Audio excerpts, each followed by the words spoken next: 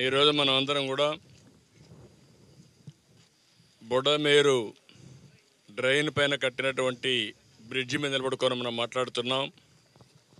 పక్కనే వీటీపీఎస్, అది ఈ నీళ్లు వీటీపీఎస్ నుంచి ఇబ్రహీంపట్నం వెళ్ళి పవిత్ర సంఘం దగ్గర కృష్ణానదిలో కలుస్తుంది.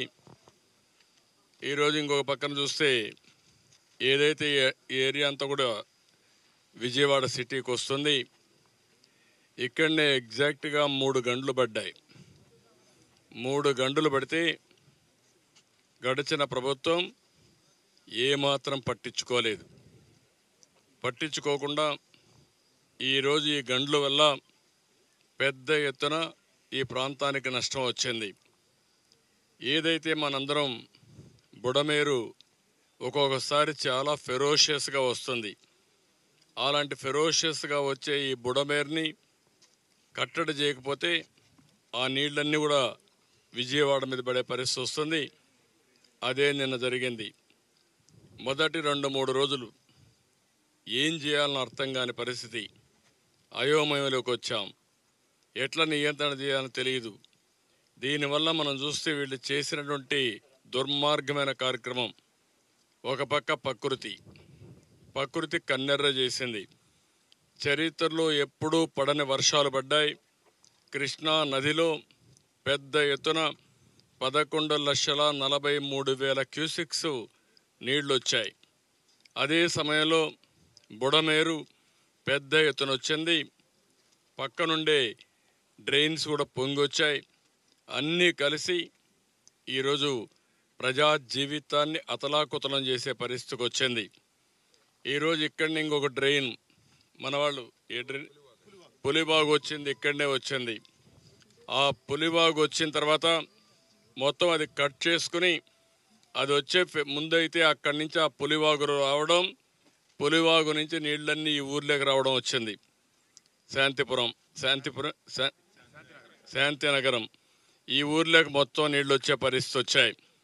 అక్కడ ఎప్పుడైతే బ్రీచ్ అయిందో ఆ బ్రీచ్ నుంచి మళ్ళా ఫర్దర్గా బ్రీచ్ అయ్యి ఆ నీళ్ళన్నీ కూడా టౌన్లోకి 9 అడుగులు కిందికి కోసపోయే పరిస్థితికి వచ్చింది. దీన్ని రామానాయుడు గారు ఇంజనీరింగ్ డిపార్ట్మెంట్ ఇక్కడే ఉండి రాత్రింబగళ్ళు పనిచేశారు. నిద్రాహారాలు పనిచేశారు. ఆర్మీ కూడా చేతులు తీసే పరిస్థితికి వచ్చారు. చాలా దిక్కల మేము బ్రీచ్లు క్లోజ్ చేశాం, కానీ ఈ బ్రీచ్ క్లోజ్ చేయడంలో మా దగ్గర సగిన టెక్నాలజీ లేదు.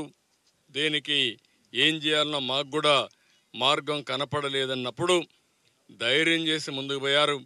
ఒక్కొక్క బోల్డర్ని మీరు చూస్తే 1 టన్ను బోల్డర్స్ తీసుకొచ్చారు. ఎక్కడ చూసినా నీళ్లు, బురద, వెహికల్స్ పోలేని పరిస్థితి. ప్రొక్లైన్స్ పెట్టుకుని ఒకవేళ బురదలో కూరకపోతే మళ్ళా బయట తీసుకొచ్చి ఎక్కడికక్కడ 2-3 రోజులు లోకేష్ కూడా ఇక్కడ రావడం, ఎప్పటికప్పుడు ఆయన కూడా ఇక్కడ వీరు పనిచేయడం, డ్రోన్ పెట్టడం, డ్రోన్తో వచ్చినటువంటి ఇవన్నీ కూడా తీసుకొని ఏ విధంగా చేయాలనో మానిటర్ చేసుకుంటూ ఈయనతో కూడా రామానాయుడు గారితో సమన్వయం చేసుకున్నారు. రామానాయుడు గారు నేను ఒకటే చెప్పాను, ఏదైతే నీళ్లు వస్తున్నాయి ఆ నీళ్లు కట్టడి చేయకపోతే, కింద నుండే నీళ్లు తీసేయలేకపోతే మనం చేసే ఎఫర్ట్స్ అన్నీ కూడా వేస్ట్ అవుతాయి. మనం ఎన్ని ప్రయత్నాలు చేసినా ఏమి చేసినా మనం ముందుకు పోలేమని చెప్పాం. ఈ 2 మార్గాలని చెప్పి ఎప్పటికప్పుడు పనిచేశాం. కిందనంతా కూడా వీళ్ళు చేసినట్టు దుర్మార్గమైన కార్యక్రమం, బుడమేరు మొత్తం కబ్జాలు చేశారు, అక్రమ కట్టడాలు కట్టారు, రిజిస్ట్రేషన్ చేసుకున్నారు.